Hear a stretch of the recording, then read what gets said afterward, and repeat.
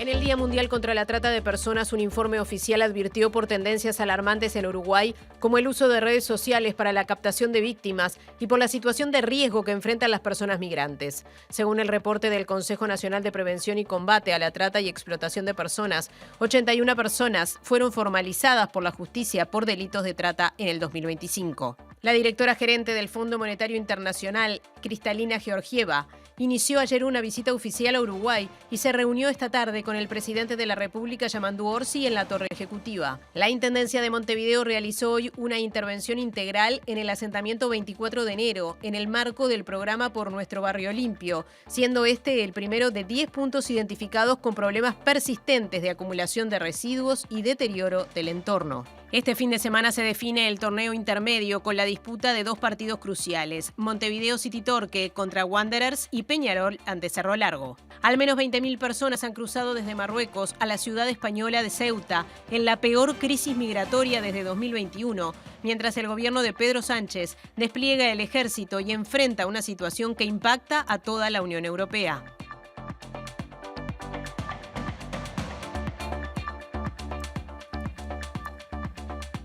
Buenas noches, les damos la bienvenida a Info Capital en su edición central. ¿Cómo estás, Martín? ¿Todo bien, Nati? Todo bien. Bueno, me alegro mucho, tenemos una hora de información por delante, ya mismo empezamos a repasarla.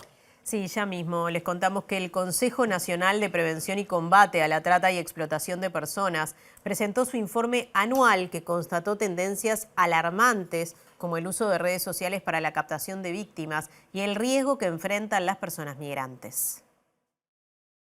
Según se desprende de los datos correspondientes a 2025, 81 personas fueron formalizadas por la justicia por delitos de trata. 68 fueron hombres, mientras que 13 fueron mujeres y la mitad de los casos, 41, ocurrió en Montevideo. En el total del periodo se dieron 70 condenas judiciales, de las cuales 65 fueron por trata con fines de explotación y delitos asociados y 5 condenas vinculadas a trabajo forzoso. En 2025, 37 mujeres fueron atendidas por Inmujeres, organización que forma parte del Consejo a través del Servicio de Atención. De ellas, 42% eran uruguayas, 33% dominicanas, 5% cubanas y el 13% restante provenía de otros países. Según el estudio, las dos franjas etarias más vulnerables son mujeres muy jóvenes de cerca de 18 años y mujeres de más de 50 años que tienen una larga trayectoria con la explotación sexual. Otras tendencias por las que advierte el informe incluyen una captación de mujeres jóvenes a través del circuito de consumo de drogas que las lleva a estar inmersas en redes narco. Por otra parte, el estudio apunta que la aparición de plataformas digitales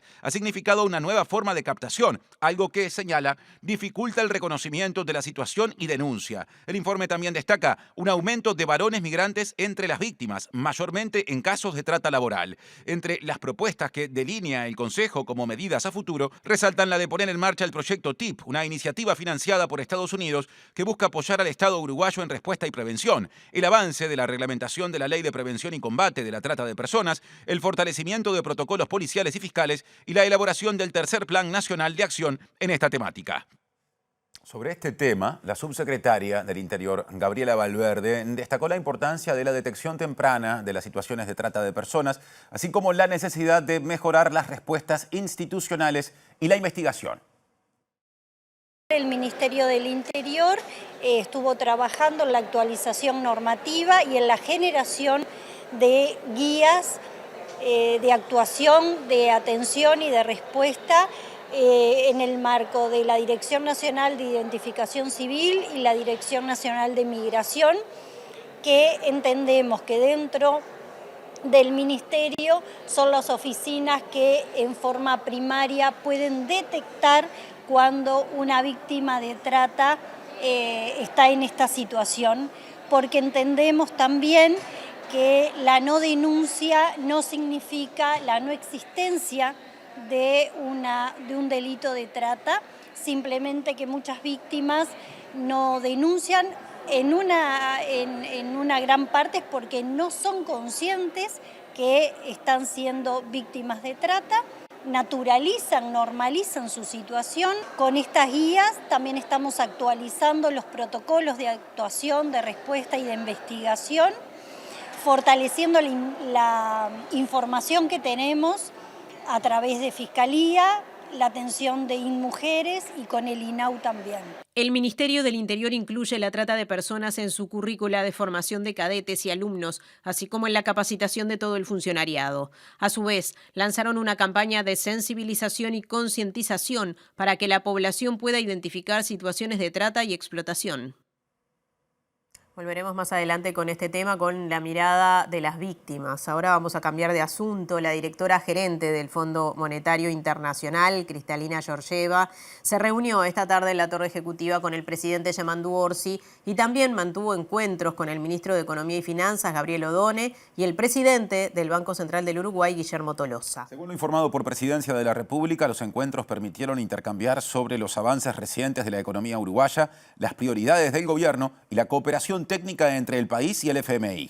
Uno de los temas centrales fue el fortalecimiento del marco fiscal y ambas partes coincidieron en la importancia de continuar impulsando reformas que permitan elevar el crecimiento potencial de Uruguay en el mediano plazo. En este contexto, el gobierno presentó los principales contenidos de la Ley de Competitividad y Reducción del Costo de Vida y se abordaron las políticas desarrolladas por Uruguay en materia de cambio climático, transición energética y energías renovables. Presidencia destacó que la visita de la directora gerente del FMI se enmarca en una agenda de Uruguay para trabajar en los lazos de cooperación con organismos multilaterales. A la llegada de Georgieva se sumará el 3 de agosto la visita del presidente del Banco Interamericano de Desarrollo, BID, Ilan Goldfang, y el 28 de septiembre la del secretario general de la Organización para la Cooperación y el Desarrollo Económicos, OCDE, Matías Corman.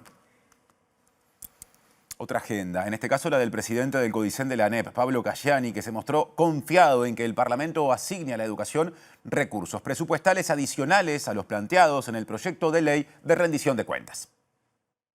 Cayani dijo que se está terminando de contactar a los más de 5.200 niños y adolescentes en edad de cursar educación obligatoria que no están matriculados en el marco de la estrategia de revinculación planteada por el organismo. Este año es el segundo año que se hace, lo adelantamos un mes porque ganar un mes, encontrarlos un mes antes es muy importante. BPS dio plazo hasta el 31 para presentar los certificados a aquellas familias que les llegó el mensaje que no tienen matriculación y nosotros estamos terminando el proceso de un mes y poco de contactar a cada uno de estos chiquilines que no estaban para revincular. La semana que viene vamos a estar anunciando cuáles son los números de esta edición. Adelanto que efectivamente se revela como un instrumento que es importante para garantizar el derecho a la educación. El jerarca se manifestó confiado en que el Parlamento votará más recursos para la educación que los previstos en el mensaje del Poder Ejecutivo en la rendición de cuentas. Si recordamos, la aprobación del presupuesto nacional el año pasado, la ANEP recibe un incremental de 50 millones de dólares. Esto es lo que posibilitó pagar 180.000 bonos de inicio de clase, pasar de 20.000 a 40.000 comensales en educación media para extender el tiempo. Es lo que posibilita pasar de 14.000 becas Butiá a 22.000 becas Butiá. Nosotros llevamos una rendición de cuentas que dice que cumplimos con todo eso. Estas acciones tuvieron votos de casi todos los partidos. Y por lo tanto esperamos que el Parlamento pueda seguir asignando recursos vinculados a estas líneas de política educativa. En este año la rendición de cuentas, el mensaje de ANEP es de unos 3.000 millones de pesos y en el mensaje del Ejecutivo vienen 300 millones de pesos más. O sea, efectivamente estamos en un escenario donde por 2 años vamos a tener incremental de presupuesto para destinar a estas políticas. Esperemos que algún pesito más en la conversación parlamentaria se pueda ganar. Ahora les contamos que el presidente Yamandu Orsi ya firmó el decreto revocatorio de la decisión de la Caja de Jubilaciones y Pensiones de Profesionales Universitarios que apuntaba a que las personas usuarias de la salud pagaran un timbre de 170 pesos por cada decisión tomada por profesionales que se registrara en las historias clínicas. Según averiguó Infocapital, el decreto se orienta a reglamentar la ley en la que el directorio de la Caja de Profesionales se basó para aprobar la aplicación del timbre. Un integrante del equipo económico aseguró que la redacción apunta a definir con claridad qué se considera un acto profesional y qué no, de manera de consolidar la actual lógica de funcionamiento del sistema de salud y de evitar cambios como el que pretendieron realizar las autoridades de la Caja. La firma del decreto se produjo cuando quedaban menos de 48 horas para la entrada en vigencia de esas modificaciones que finalmente no se concretarán, aunque hace más de un mes que el gobierno había anunciado que revocaría la medida. Horas antes de la firma del decreto, El País publicó que el directorio de la Caja de Jubilaciones y Pensiones de Profesionales Universitarios pidió una reunión a Orsi para manifestarle que las propuestas para darle sostenibilidad financiera a ese subsistema que elaboró una comisión de expertos que trabajó hasta este año son insuficientes. Otro asunto, la Asamblea del Sindicato de Tele12 levantó el paro de actividades que se desarrolló durante más de 72 horas, decisión tomada posteriormente a que las autoridades del canal no se presentaran esta mañana a una instancia de negociación tripartita convocada por el Ministerio de Trabajo y Seguridad Social. Tras la falta de avances en las instancias de negociación que se vienen solicitando por parte del Sindicato de Trabajadores y Trabajadoras de Tele12 y luego de la frustrada reunión tripartita en la Dirección Nacional de Trabajo, que no contó con la participación de la representación de la empresa del canal, la Asamblea de la Asociación de Empleados de Tele12, ADET, decidió levantar la medida de paro. En las últimas 72 horas, la calidad de los programas en vivo del canal se vio afectada por el conflicto, pero se mantuvo la emisión de los mismos, con excepción del informativo de las 7 de la mañana, que este jueves no se realizó. El presidente del PIT-CNT, Marcelo Abdala, acompañó al sindicato de Tele12 en la movilización frente a la Dirección Nacional de Trabajo, mientras esperaban la llegada de los representantes de la empresa, que nunca ocurrió. Abdala comunicó a las y los trabajadores que la empresa está incumpliendo la normativa establecida en la Ley de Negociación Colectiva al no comparecer a una instancia convocada por el Ministerio de Trabajo y que por tal circunstancia debería pagar multas por cada trabajador registrado. El planteo del sindicato de una instancia de negociación tripartita ha sido rechazado una y otra vez por las autoridades de Tele12, como también las propuestas de habilitar el seguro de paro rotativo y la capacitación de funcionarios con el fin de evitar las desvinculaciones. A partir de este viernes, la programación volverá a la normalidad, aunque continuarán las medidas por parte de ADET. Así como seguís a la selección en todos los partidos, seguí tu consumo con la app UTE Clientes. Descargala, descubrí tu consumo en cualquier momento, hace trámites y mucho más. Y entonces, ¿qué estás esperando para descargarla? UTE, avanzamos con energía. Salimos del estudio, nos vamos a la Facultad de Información y Comunicación. Allí está Martín Duarte. Adelante, Martín, contanos. Compañeros, buenas tardes, ¿cómo andan? Estamos aquí en la Facultad de Información y Comunicación, donde tiene lugar un conversatorio que pone sobre foco el tema del periodismo, la desinformación y el periodismo independiente.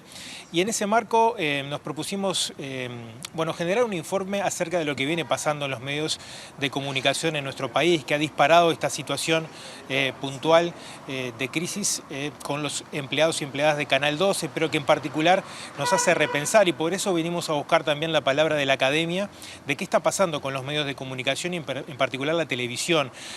Conversamos con el docente e investigador Gustavo Buquet, que nos dio un panorama acerca de lo que él ya viene investigando acerca de la situación y el futuro de la televisión abierta en nuestro país. Nos decía hace algunos minutos con este planteo, cómo ha habido una conversión por parte de los medios internacionales acerca del modelo de negocio en particular, cuando muchos de estos sistemas y en particular estos multimedios están apoyados en una pata, él lo decía, por ejemplo, como es la televisión con cable, y el decrecimiento de abonados y también lo que ha sido la baja de publicidad que se ha canalizado en otros medios, en el caso del streaming y también de las redes sociales, ha afectado directamente la economía de los medios de comunicación. De esta forma lo explayaba Gustavo Buquet y también daba cuenta de cómo se imagina el futuro justamente de la televisión. En Uruguay se da una conjunción de que los canales de televisión abierta son también propietarios, al menos el Canal 4 y el Canal 10, de sendos canales de cable en Montevideo, y a su vez tienen todo un negocio de transmisión de sus señales a los cables del interior. Entonces, en realidad lo que ocurrió en Uruguay es que les impactó el negocio. Entonces, yo tengo medido del año 2010 al año 2022 más o menos, que pierden en ingresos los 3 canales y los 3 grupos de cable en torno a los 100 millones de dólares, ¿no? Facturando en torno a los un poco más de 300 millones de dólares. Entonces, es una pérdida de ingresos sustantiva. Entonces, ¿qué se ve en otras partes del mundo, ¿no? O sea, ¿qué tenemos? Uruguay es un país pequeño, Uruguay no tiene un grupo grande de comunicación, sino lo que tiene es, o lo que tuvo fue un cártel, es decir, 3 empresas funcionando en conjunto, y sobre todo lo que vemos prácticamente en todo lo que conocemos como el norte global, el mundo occidental, en el norte, también lo vemos en el sur, también lo vemos en los grandes grupos de comunicación como Globo, como Clarín o Televisión o el Grupo Televisa de México, es que estos grupos empezaron a ser convergentes y por lo tanto empezaron a poder vender desde principios del siglo XXI, empezaron a vender, transformaron sus sistemas de cable coaxial en fibra óptica, empezaron a vender datos al hogar y por lo tanto, digamos, se generaron un respaldo económico muy importante vendiendo datos al hogar, lo que como consecuencia tuvo que sus empresas de cable, como grupos mediáticos que tienen también todas las empresas, sus empresas de cable no resintieron, sino que por el contrario vendieron datos fijos al hogar y eso los respaldó económicamente. Por allí escuchábamos al docente Gustavo Buquet y ahora vamos a mirar también este tema con la óptica justamente de la directora del semanario Brecha, periodista y también docente de la UDELAR, Betania Núñez, que nos daba cuenta acerca también de la peligrosidad de la situación y la precarización también de los trabajadores de los medios de comunicación a la hora de la independencia y de la democracia a la hora de trasladar justamente la información y las noticias. Ella ponía el foco en este tema y también en la comunicación homogénea que ha llevado a que muchos medios se parezcan entre sí y se realicen las mismas entrevistas y los mismos contenidos. Esto nos decía y también daba una mirada acerca de esta movilización que han tenido los compañeros y compañeras de Canal 12. Está primando, como decías vos, esta lógica del negocio y es problemático cuando los medios de comunicación se piensan primordialmente desde la óptica del negocio y la ganancia. Entonces, sí, tenemos que discutir eso, tenemos que señalar que los medios de comunicación tienen una función, que su principal objetivo no puede ser el económico y que además están haciendo dinero, ¿no? No es que están intentando hacer más dinero o ahorrar en mano de obra y en puestos que son relevantes. Entonces, digo, es paradójico, te decía al inicio, porque sí, estamos en un momento muy democratizante, porque cada vez proliferan más medios de comunicación, equipos, chicos de personas con la tecnología a su favor pueden abrir nuevos canales, pero al mismo tiempo yo vengo pensando en que lo que tenemos es un modelo homogeneizante en donde todos los contenidos se parecen, en donde las voces son casi siempre las mismas, se entrevista casi siempre a las mismas personas, se persigue la lógica del clic, de la viralización, entonces todos estamos haciendo algo más o menos parecido y eso no es democratizante. Efectivamente es como una señal bastante fuerte de la precariedad en la que trabajamos los periodistas y en los que la crisis que estamos atravesando ya desde hace décadas, ¿no? Pero cada vez se acentúa más. Entonces, en ese sentido, a mí me parece que los colegas hicieron bien en transparentar esta situación, en ponerla sobre la mesa, tendría que tener amplia difusión, porque es tiempo ya de que transparentemos en las condiciones en las que estamos trabajando, los puestos de trabajo que se están perdiendo, cómo está impactando la tecnología en la sustitución de las personas, los profesionales, que tienen un rol y una función a jugar, ¿no? Nosotros necesitamos cada vez más periodistas y profesionales de la comunicación que estén reflexionando sobre el quehacer periodístico. Gracias, Martín, por ese móvil. Ahora salimos de estudio. Se está esperando Diego Martini. ¿Qué tal, compañeros? Buenas tardes para todas y todos. Así es, y hoy, como mencionábamos, es el Día Internacional de la Lucha contra la Trata de Personas. Y para hablar de esto estamos con María Delia Acuño, integrante del colectivo Donde Están Nuestras Gurisas. María Delia, gracias por estos minutos. Bueno, ¿cómo está la situación hoy en Uruguay? Sobre todo pensando en esto de, bueno, lo que hacen ustedes, de la difusión. Todo el tiempo estamos viendo chiquilinas desaparecidas. En la gran mayoría son mujeres jóvenes. ¿Cómo está la situación y cómo se la ha atendido, digamos? Bueno, en realidad lo que hacemos nosotras es primero la publicación en nuestras redes de la búsqueda, el contacto con las familias para corroborar, porque bueno, a veces en esas se buscan, hay situaciones de distintos tipos, no solamente gurisas que han desaparecido por distintas razones, sino algunas que no quieren estar en su hogar, algunas que están escapando en situaciones de violencia. O sea, tratamos de chequear cuál es la realidad. Bueno, frente a eso nos hemos encontrado con un montón de dificultades, porque desde nuestra experiencia, los protocolos que existen hoy para la búsqueda, protocolos que están relacionados con la ley de trata, con la ley de procedimiento policial del Ministerio del Interior, con el MIDES, no dan cuenta de las situaciones reales y concretas de las desapariciones. Porque la primera pregunta que deberíamos hacernos frente a este fenómeno de la trata es cómo nos damos cuenta, cómo sabemos que esa situación existe y que una mujer, una niña, una joven está en esa situación. A veces cuando la propia víctima ni siquiera sabe que se está haciendo. No solamente porque la víctima a veces no sabe o no puede dar cuenta de su situación, y también en muchos de los casos porque no hay quien la esté buscando, que eso nos ha pasado muchísimas veces.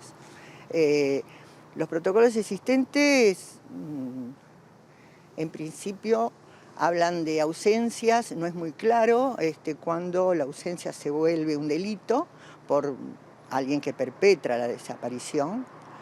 No hay una perspectiva de género clara.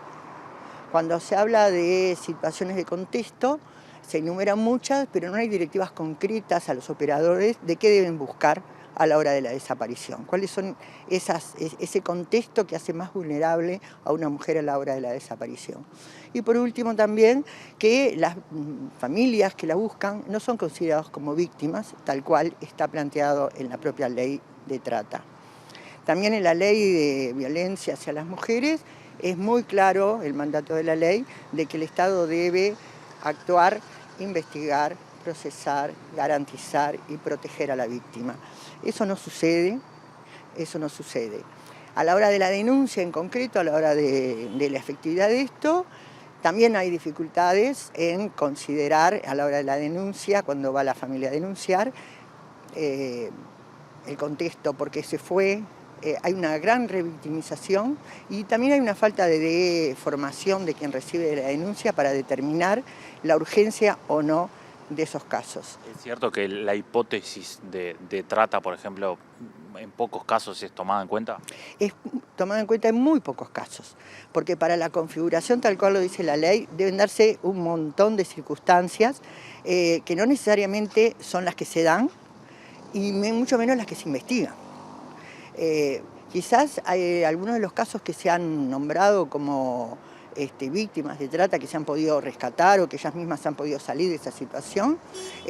Estamos hablando de muchas veces de mujeres migrantes que vienen o en forma de ya tratadas desde su país de origen, son mujeres que ya en el país de origen han sido prostituidas y que vienen en esos términos a Uruguay, o en tráfico de personas, llanamente, que es otro delito, donde ellas vienen en busca de trabajo y bueno, tienen un periplo bastante violento en su arribo al Uruguay, y acá, bueno, las circunstancias muchas veces las lleva a caer en manos de, no sé si decir tratantes o sí, de personas que las explotan y que les impiden, o porque les sacan los documentos, o simplemente que les impiden salir de sus lugares, como whiskerías y demás, donde ellas son prostituidas. ¿Uruguay pasó a ser un país de tránsito, a ser un país de destino? Yo creo, por lo que tenemos nosotras, más que de tránsito, nos parece ahora un país de destino, en este caso de mujeres migrantes. Lo que sucede es, a lo que nosotras estamos más, digamos, en mayor contacto y donde tenemos mayor experiencia, es el fenómeno que no está explícitamente pensado ni está descrito en la ley, ni siquiera está demasiado estudiado ni investigado en los organismos que tratan los temas, que es aquellas mujeres jóvenes, gurisas, algunas veces menores, otras no, que caen en esas redes que las tienen prisioneras a partir del consumo. Son los casos que mayormente tenemos de gurisas que desaparecen en sus lugares habituales, de la familia que tiene algún contacto con ella, de alguna amiga que sabe dónde están, o de los lugares de estudio en algunos casos, y que está vinculada a su consumo y su captación por parte de una boca. En esos lugares ellas quedan prisioneras, no están atadas, no están en un sótano incomunicadas, simplemente están atadas a ese lugar por el consumo y obligadas a la prostitución para solventar ese consumo. Ese fenómeno, que no es el clásico de la trata, es el que nosotros abordamos sistemáticamente y sobre el cual no hay respuesta, no hay una investigación, no hay un pienso de que por ese lugar es donde más nos sangran las gurisas. Sistemáticamente los casos que tenemos tienen que ver muchas veces con eso. Algunas veces las logramos encontrar porque, bueno, en las redes alguien las vio, o organizaciones sociales que tienen una presencia territorial también nos pasan datos, sí, las vimos, las ollas populares son uno, importantísimo, porque ahí concurren muchísimas personas en situación de calle, en situación de consumo, y bueno, y ahí hay una relación con la militancia que está sosteniendo esos proyectos de confianza, donde se puede preguntar, donde se puede investigar, porque convengamos que en esa situación esas personas no están como muy propensas a dar información a nadie que no conozcan. ¿Asesinadas también aparecen? Sí, el último caso que yo te comentaba, de Parque del Plata, donde, bueno, primero estuvo desaparecida por un tiempo, por unas horas, días, hasta que a partir de lo que se movió en las redes de su búsqueda y de lo que se insistió en Interpol por parte de la familia y por parte de la organización, Interpol concurre a la casa de la que era su expareja y termina encontrando el cuerpo de ella en una heladera. Si no hubiera sido eso, ella hubiera sido una desaparecida más sin saber del destino. Te pongo otro caso anterior. Cuando nosotras en DEN empezamos con todo este trabajo y empezamos con lo que ahora es una denuncia colectiva, que tenía un centro territorial que era el barrio 19 de abril, todo empieza porque en un lugar donde existía una boca se encuentran dos mujeres enterradas en terrinas. Una de ellas estaba buscada como desaparecida, la otra no teníamos noticia. Eso sucede y no sabemos cuántas en esa situación pueden estar, porque no se las busca, la familia a veces las busca, las que tienen un vínculo más estable con la familia las busca, en algunos casos ese vínculo se rompió hace tiempo, entonces ya dejan de ser buscadas, y muchas veces también la familia deja de buscarlas porque antes de esta desaparición más permanente, ha habido episodios anteriores de desaparición. Eso tampoco se tiene en cuenta. La reincidencia, la desaparición, no se tiene en cuenta como un factor de gravedad. Al contrario, se tiene en cuenta como un factor de, bueno, ya pasó, ya la van a encontrar, pasó una vez, pasó dos veces, pasó tres veces, aparece en situaciones deplorables, obviamente, pero bueno, llega un momento que no aparece. Y ahí se termina la cadena y ahí se termina todo, la investigación y lo demás.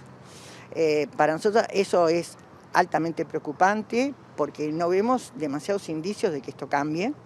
Sí vemos que hay una preocupación en los organismos, en las comisiones, en el Ministerio del Interior, de hablar del fenómeno de la trata, en forma general. No con los pies en la tierra, no con los pies en los barrios, no escuchando a las organizaciones que pueden aportar elementos concretos a este tipo de situación. Gracias, María Elia. ¿Te puedo plantear otra cosa? Que me parece interesante. Breve, me parece interesante. La doctora Soledad Suárez, junto con otro conjunto de abogados, presentaron unas modificaciones al proyecto de reforma del Código, que se llama El Estado contra la Víctima, donde proponen modificaciones con respecto al papel de las víctimas en la investigación. cosa que ahora no existe. Ahora, si la Fiscalía deja de investigar, la familia no tiene ningún recurso para exigir que se siga investigando. Este aporte que hacen estas compañeros abogados va por ese lado. En el caso de nosotras tiene que ver con eso, pero es mucho más amplio y sería interesante que la prensa y que ustedes lo difundieran. Gracias, y sí, así es, lo hemos difundido este caso. Volvemos a estudios, compañeros, con esta información. Presenta Antel. Viví la copa sin consumir tus datos. Ahora cambiamos de asunto, les contamos que a través del programa Nuestro Barrio Limpio de la Intendencia de Montevideo se realizó una intervención integral en el asentamiento 24 de enero, ubicado en el entorno de Casaballe, orientada a eliminar basurales y recuperar espacios públicos, ya que ese es uno de los 10 puntos identificados por la persistente acumulación de residuos. Estamos en una clara tarea de limpieza y de recuperación de un espacio donde recurrentemente aparecen residuos.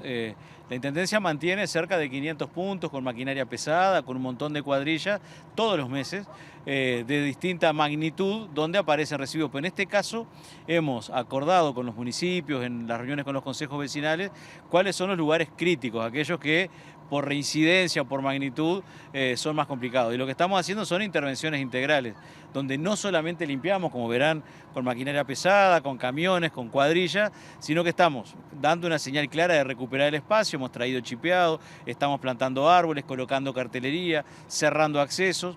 Hemos estado conversando con las vecinas y los vecinos de la zona y a partir de hoy también fortaleciendo los controles en la vuelta.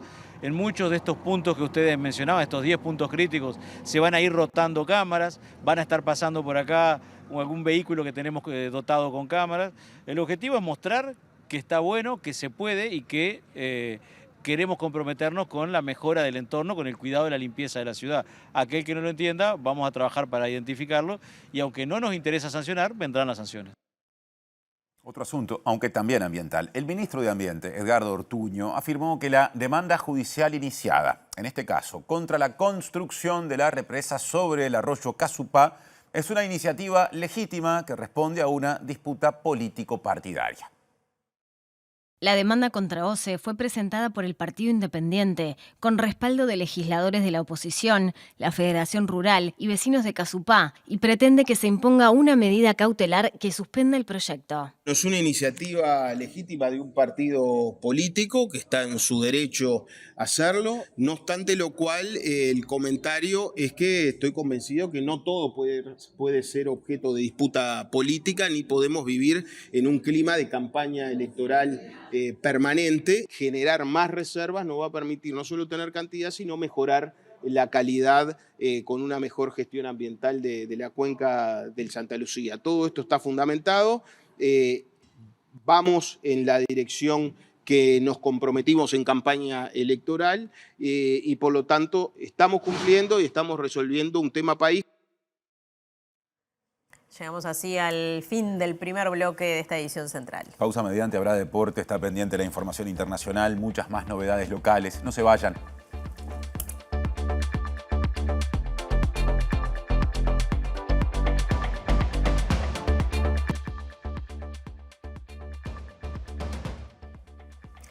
Segundo bloque en la edición central de Infocapital. Y empezamos a desarrollar información, en este caso anticipando la sección deportiva. Les contamos que el presidente del Comité Paralímpico Internacional, Andrew Parsons, visitó Montevideo y dijo a Infocapital que uno de los desafíos de Uruguay es equiparar el deporte paralímpico al olímpico y reconocerlo por ley, lo que permitiría, atención, acceder a recursos financieros públicos y también privados.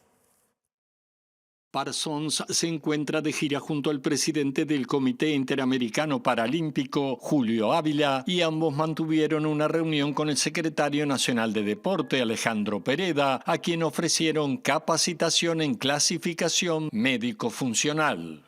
Hay pasos importantes que aún faltan aquí en Uruguay. Por ejemplo, el deporte paralímpico aún no está reconocido por la ley uruguaya. Ese es un paso muy importante porque ahí van a tener más acceso a recursos financieros y porque, claro, hay el papel del Estado, pero también el papel de la sociedad de una manera general y de la parte privada, o sea, de empresas, posibles patrocinadores. Porque cuando hablamos de deporte, y ayer hablábamos precisamente de un planeamiento a largo plazo desde el semillero, o sea, desde la basis, como cómo captar niños y jóvenes con discapacidad para que se involucren primeramente en deporte y ahí sí trabajar el talento hasta el alto rendimiento, Juegos Paralímpicos, Juegos Panamericanos.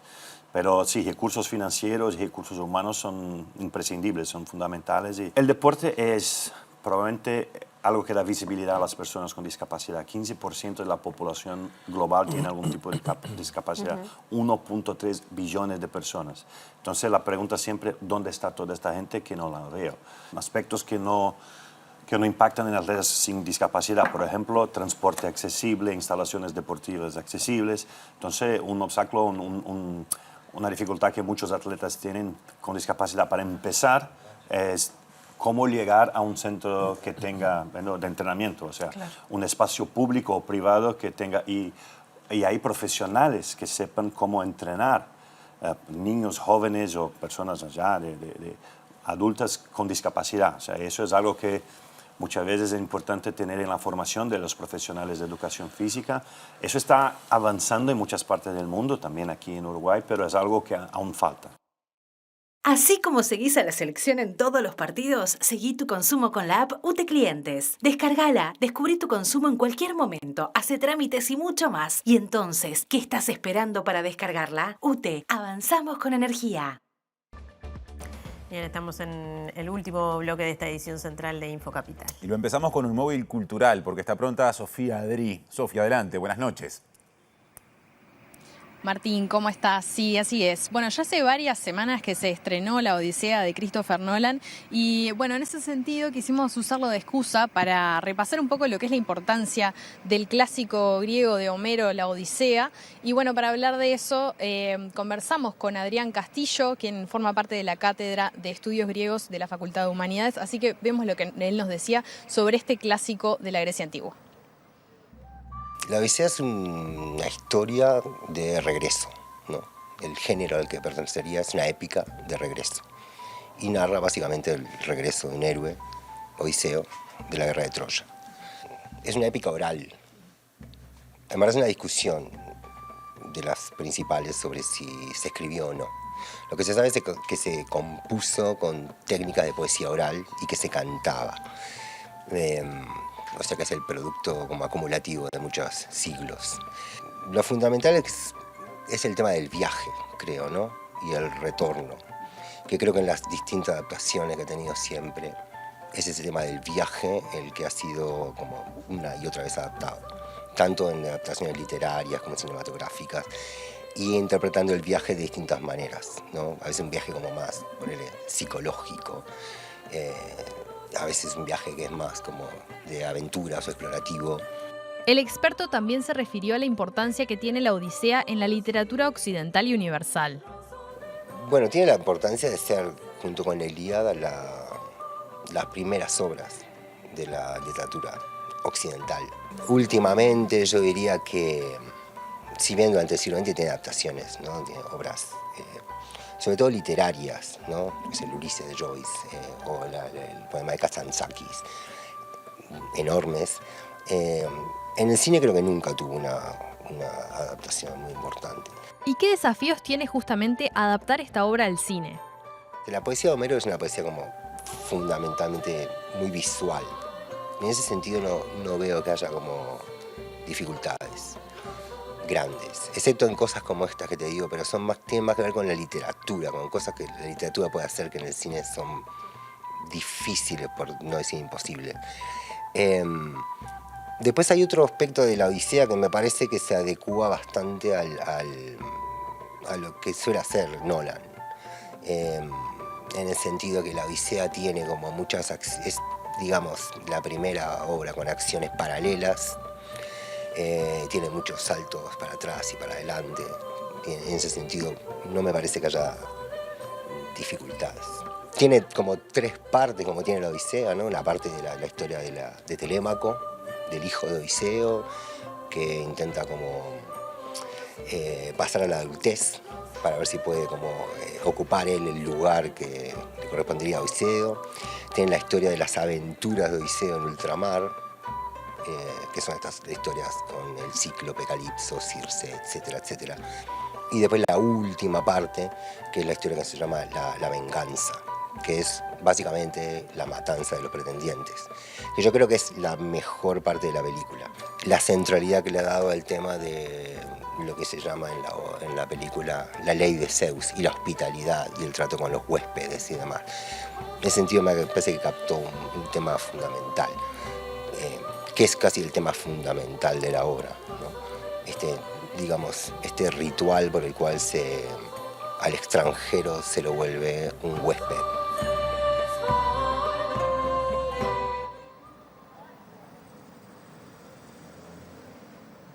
Bueno, y justamente este concepto de senía que mencionaba Castillo se emparenta con la palabra xenofobia, porque senía, ¿no?, esta hospitalidad con el extraño, y se vincula con la xenofobia, que viene justamente del miedo al xenos, que vendría a ser el extranjero. Un dato interesante. Y bueno, y también hablamos con María José Santa Creu, coordinadora de Cinemateca, frente a donde nos encontramos, porque justamente aquí se está proyectando una versión en 35 milímetros, algo que es único en todo el país, así que si les parece, vemos lo que nos compartía. Para nosotros pasar el cine en 35 milímetros es importante porque tenemos un archivo fílmico, porque ese archivo fílmico quedó un poco detenido en el formato original del cine en el momento de que el cine pasó a ser digital.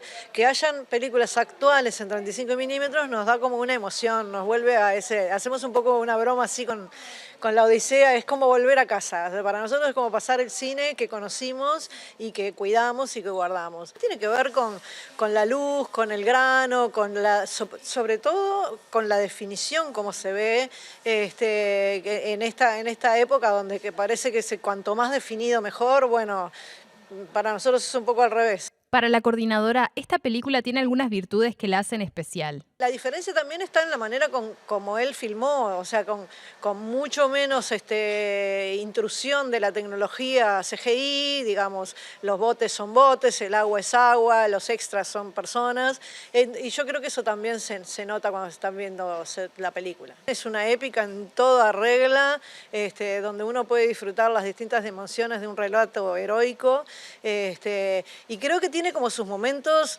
contemporáneos, o sea, es como la actualización de un relato clásico, y que también nos da la posibilidad de darnos cuenta por qué un clásico es un clásico, porque también nos habla de lo que está pasando hoy. Reaviva eso que tiene el cine, de que bueno, que uno puede ver una película y discutir, la adaptación es buena o es mala, la relación que tiene con el clásico, si nos gusta o no nos gusta, las variaciones, si la película tiene momentos Star Wars, momentos Batman, momentos Troya, o sea, eso es lo que también le da sentido venir al cine, quedarse conversando y transformar también el espectáculo cinematográfico de nuevo en un evento que está bueno venir a la sala, compartirlo con otras personas al mismo tiempo.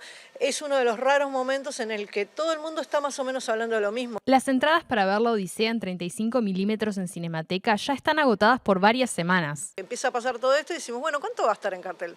11 semanas. Yo ahora ya estoy viendo como que va a quedar muchísimo tiempo. Es una película larga que en la cartelera también te complica un poco porque es una película de 3 horas, entonces nosotros ya estamos preparándonos para decir, bueno, vamos a tener esto aparcado en la cartelera 11, 20 o no sé cuántas semanas. Y después cuando venga el Oscar vendrá su reestreno, porque seguramente vaya a arrasar con muchos premios Oscar. Presenta Mercado Agrícola de Montevideo, en el corazón de un barrio donde late la ciudad. Mercado de Historias.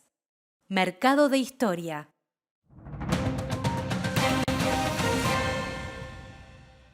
¿Qué tal? Buenas tardes. Abrimos el capítulo internacional hablando de una situación inesperada y explosiva que se dio en Ceuta, en el norte de Marruecos, en ese enclave español, con la llegada de 20.000 migrantes que sigue dándose a esta hora, a pesar de los esfuerzos de la Policía Nacional de España, del ejército que está desplegado y de las fuerzas policiales marroquíes que están reprimiendo con gases lacrimógenos y otros elementos a todos aquellos que quieren llegar a tierras comunitarias. Todo esto se preveía en base a una situación que se venía dando en los días previos, pero que no se pensaba que alcanzara esta magnitud, similar o quizá mayor a la que se dio en el 2021 cuando las autoridades marroquíes, desconformes con la política de España hacia el Frente Polisario del Sahara Occidental, dejara pasar a esos migrantes. Hoy la situación es otra. Mañana llegará el presidente Pedro Sánchez al enclave y hoy también la cosa llega a otros límites porque el gobierno español llamó al embajador de Italia a raíz de una serie de declaraciones del gobierno italiano y de la propia Giorgia Meloni, quien ha dicho que deberían cerrarse las fronteras de España con el espacio Schengen por seguridad de sus ciudadanos.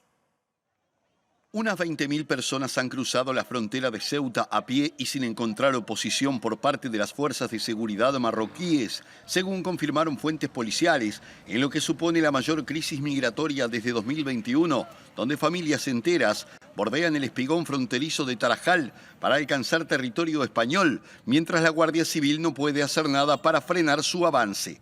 Tras 9 horas de avalancha migratoria, el ejército español ya ha comenzado a intervenir para reforzar el dispositivo de seguridad y colaborar en el control de la situación, mientras que la Policía Nacional ha intervenido para intentar contener a la gente. Al menos 9 personas han muerto ahogadas en su intento de llegar a territorio comunitario en la peor crisis migratoria desde el 2021, cuando Marruecos envió a unos 8.000 inmigrantes a cruzar las fronteras con España, al tiempo que la frontera terrestre permanece cerrada y prácticamente todas las entradas se producen por mar.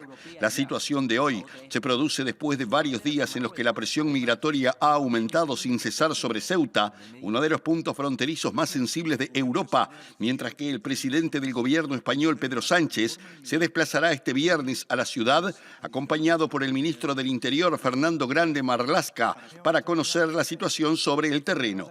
La crisis migratoria comienza a impactar en otros países comunitarios y el ministro de Exteriores italiano, Antonio Tajani, se ha mostrado a favor este jueves del cierre del espacio Schengen con España, mientras que la primera ministra Giorgia Meloni afirmó que su país no se quedará con los brazos cruzados y que Italia está preparada para intervenir también con instrumentos extraordinarios para defender las fronteras y la seguridad de los ciudadanos.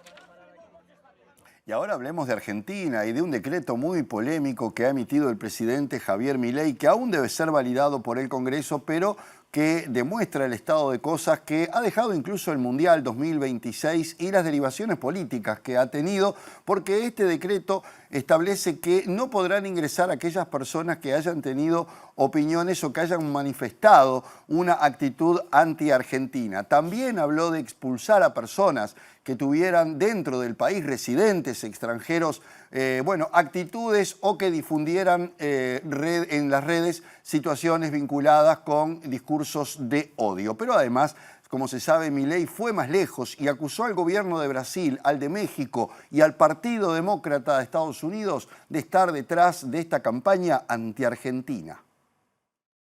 La medida aprobada por el mandatario, que ya está vigente aunque el Congreso debe aún pronunciarse sobre su validez, se aplicará a quienes se constate que hayan dirigido mensajes de odio en forma oral o escrita o incitado a la violencia contra el pueblo argentino en su conjunto o contra algún ciudadano argentino motivado en la nacionalidad de este último.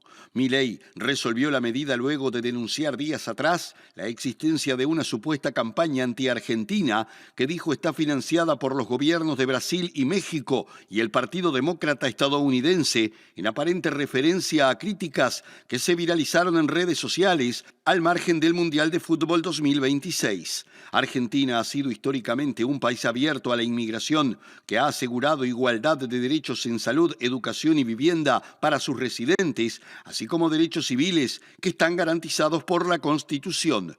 El decreto es una respuesta frente a las recientes manifestaciones de hostilidad contra la República Argentina y los argentinos, según expresó la oficina presidencial en un comunicado en la red social X, donde se afirma que quien ataque a la República Argentina no es bienvenido en el país. Sin embargo, se aclara que en ningún caso estos castigos pueden aplicarse a aquellas expresiones de disenso ideológico o crítica política, académica o ciudadana que constituyan un legítimo ejercicio de los derechos consagrados constitucionalmente. Presentó Mercado Agrícola de Montevideo, en el corazón de un barrio donde late la ciudad. Mercado de Historias. Mercado de Historia. Volvemos a nuestro país, les contamos que la defensa de Sebastián Marcet, que está detenido en Estados Unidos a la espera de un juicio que sería en 2027 consideró que el narcotraficante fue trasladado desde Bolivia de forma irregular y denunció la injerencia de agentes del extranjero al momento de su captura en Santa Cruz.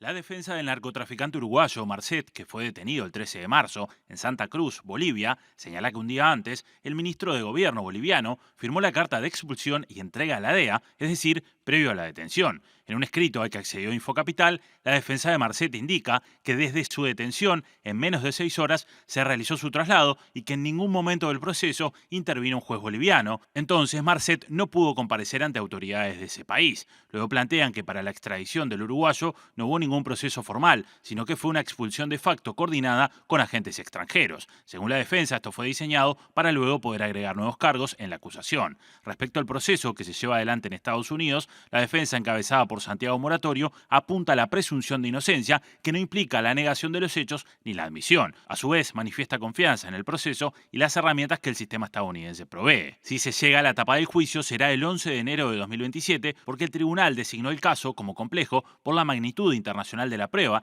la necesidad de traer testigos de múltiples países que requieren visas y autorizaciones de sus gobiernos y las traducciones juradas. Respecto a la posible condena que puede recaer sobre Marcet, se vislumbra que podría ser alta, asociado al máximo teórico que existe en Estados Unidos de la condena perpetua. Bien, y ahora antes de irnos repasamos la cotización de las principales monedas en plaza. Vemos allí el dólar en la compra 39 pesos, en la venta 41,40, el peso argentino 0,02 y 0,20, el real 7 pesos y 8,70 en la venta, el euro 44,08, 48,92 y la unidad indexada 6,6284. Ahora pronóstico del tiempo, se va julio y se va como vino, ya van a ver, porque va a llover mañana, eso es lo que dice Inumet, por lo menos en este momento en su pronóstico. El 31 de julio tendrá por la mañana en Montevideo y cercanías cielo nuboso y cubierto con periodos de algo nuboso y probables precipitaciones. Y por la tarde y la noche, cielo nuboso a cubierto, precipitaciones y tormentas aisladas y además estará ventoso. Temperaturas extremas para mañana, una mínima de 10 grados y una máxima altísima para esta época de 22. Para pasado mañana sábado, panorama similar. Por la mañana, cielo cubierto, precipitaciones y tormentas, ventoso. Así estará empezando el mes de agosto. Por la tarde y la noche, el sábado 1 de agosto, tendrá cielo cubierto a nuboso y algo nuboso, con precipitaciones, pero mejorando. Temperaturas extremas, mínima 11 grados, máxima 19. Para el domingo, en cambio, 2 de agosto, la probabilidad de lluvias es nula. Dice Inumet que prevé para ese día una mínima de 9 grados y una máxima de 15.